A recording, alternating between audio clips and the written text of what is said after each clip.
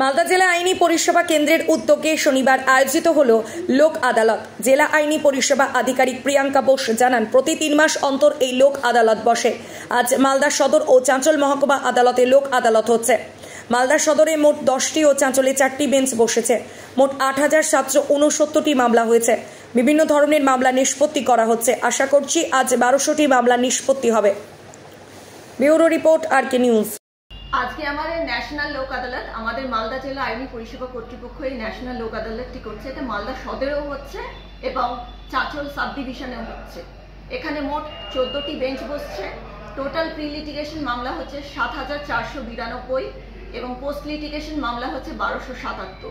এখানে বিভিন্ন রকম মামলা নিষ্পত্তি করা হয়, যেমন মোটর অ্যাক্সিডেন্ট ক্লেম, ফিনান্স কর্পোরেশনের যত মামলা, ব্যাংকের মামলা, নন জিআর মামলা, জিআর মামলা, মানে সব রকম সিভিল এবং ক্রিমিনাল মামলা এখানে নিষ্পত্তি করা হয়।